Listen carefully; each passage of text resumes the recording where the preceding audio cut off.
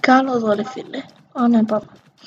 Θα ξερευνήσουμε το έχει κάτι. Ξερευνούμε τη μάνα σου. Τι κάνει εδώ μαμά? Με εξερευνούνε. Λάγι. Καψανία.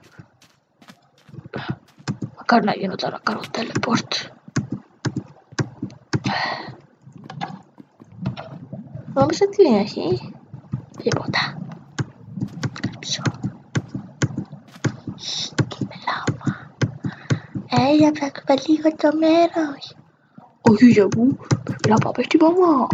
Πρέπει να πάω στο κρεβατί να ξαπλώσω με τη μαμά. Γιατί παπάκα, να την εξερευνήσω. Την εξερευνούσαν άλλοι κύριοι, πάλι έχει.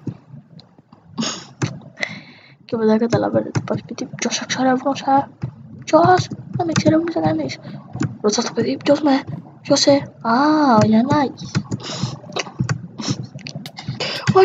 Όχι λάβα, όχι, please. Παιδιά, αυτό ήταν το βίντεο, κάντε ένα like. Να δεν με πιστεύετε το Facebook μου.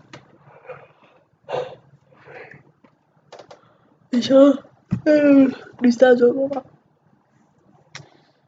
Γεια σας παιδιά, αυτό ήταν το βίντεο, τέλος πάντων. Κάντε μια εγγραφή, γιατί μου βοηθάει. Αυτό είναι πάλι το Facebook, κάντε ένα like. Επίσης, αυτό είναι το Facebook.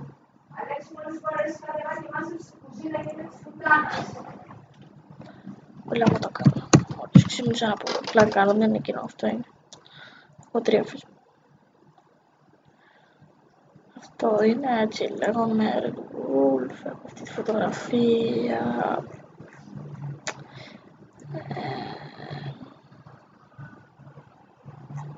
Αυτά παιδιά.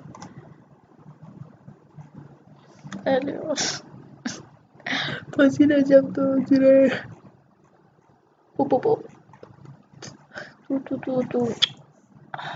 Λοιπόν, γεια σας παιδιά. Κάντε μια εγγραφή, δεν είναι τίποτα. Ένα κουμπάκι είναι. Αυτά. Γεια σας.